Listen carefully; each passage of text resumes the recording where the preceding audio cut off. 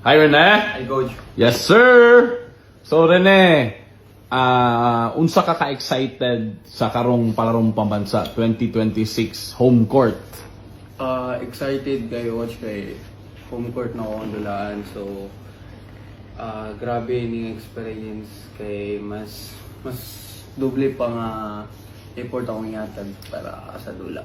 Yes, sir. So, kamusta ang team karon? Unsay update sa team karon? Asa ta na stage karon ang team nato? So, karon ang team nato is more on scouting sa mga kalaban. Nag-adjust sa among defense and sa mga plays na possible magamit sa game kaming palarong pambansa. So, Rene, tanaw nimo every game sa palarong pabansa.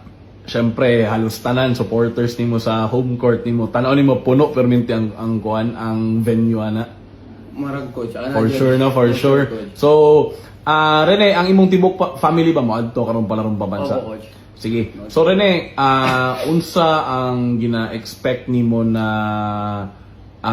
buhaton sa mga kalaban nato against us? Kaya syempre, coming from a palarong pabansa champion, unsa sila kag tanaw nimo unsa sila kagigil na pildihon ta? So, sa among experience, tanan nga makalaban na lahat ng nakalaban namin is times 2 talaga ang ginagalingan nila para lang matalo.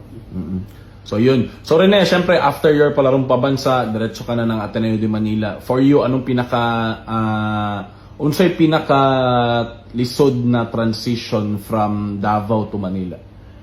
Syempre, yung sa environment, tsaka environment ng Ateneo.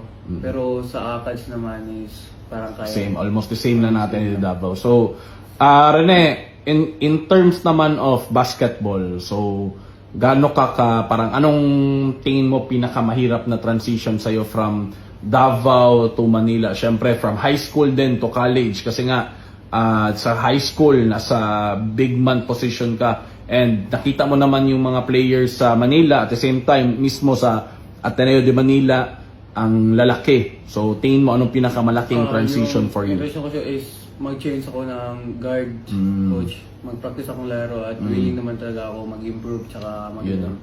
So tingin mo rin anong pinaka special pinaka mabigay mo sa team sa Ateneo de Manila?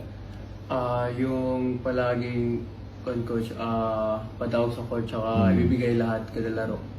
Ayun. So, Rene, invite mo naman yung mga taga-Agusan, pati mga taga-Davao sa mga games natin sa palarong pambansa. So guys, we have a game on May 25, palarong pambansa sa Agusan del Sur. Manood kayo lahat sa mga taga-Agusan o sa mga taga-Davao. Ayun. See you all. Yes, sir! Good job, Rene.